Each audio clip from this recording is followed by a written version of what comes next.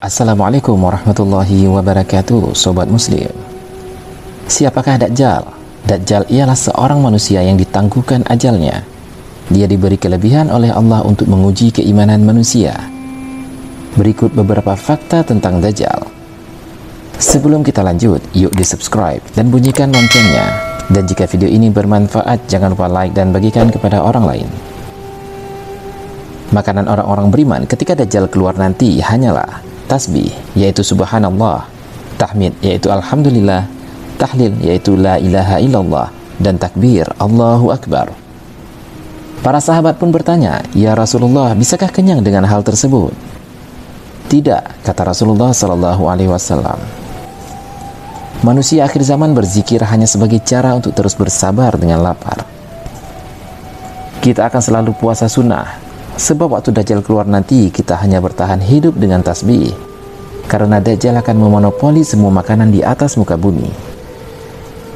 Selanjutnya, beberapa kelebihan yang Allah Subhanahu wa Ta'ala berikan kepada Dajjal adalah: Dajjal bisa menyuburkan tanaman, Dajjal juga bisa menurunkan hujan, dan yang lebih hebatnya lagi, Dajjal bisa menghidupkan orang yang sudah mati. Selanjutnya juga dikabarkan bahwa Dajjal akan keliling dunia dalam waktu 40 hari sebelum nantinya akan dibinasakan oleh Nabi Isa alaihissalam. Nah, yang menjadi pertanyaan, bagaimana Dajjal bisa keliling dunia cuma dalam kurun waktu 40 hari? Ketahuilah bahwa pergerakan Dajjal itu bagaikan hujan yang ditiup oleh angin. Dajjal juga nantinya akan menjadi pemimpin dunia. Semua pemerintahan nanti akan berada di bawah kekuasaannya. Maka Dajjal akan mengakui dirinya sebagai Tuhan. Kemudian Dajjal akan menyuruh manusia mengakui bahwa dia adalah Tuhan. Barang siapa yang mengakui Dajjal sebagai Tuhan, maka dia akan menjadi kafir. Tetapi dia dapat kemewahan dunia.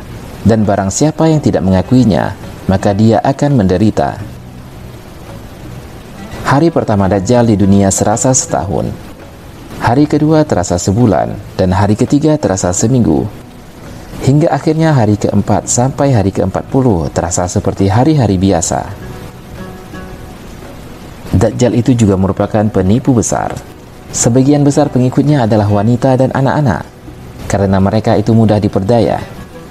Nabi Muhammad SAW bersabda, "Ketika Dajjal keluar, ikatlah anak dan istrimu pada tiang di dalam rumah." Tindakan ini untuk mencegah mereka keluar dan terpedaya oleh Dajjal. Salah satu juga kelebihan Dajjal, yaitu Dajjal dapat menghidupkan lagi orang tua kita yang telah meninggal untuk meyakinkan kita bahwa dia adalah Tuhan, padahal yang hidup itu jelmaan setan.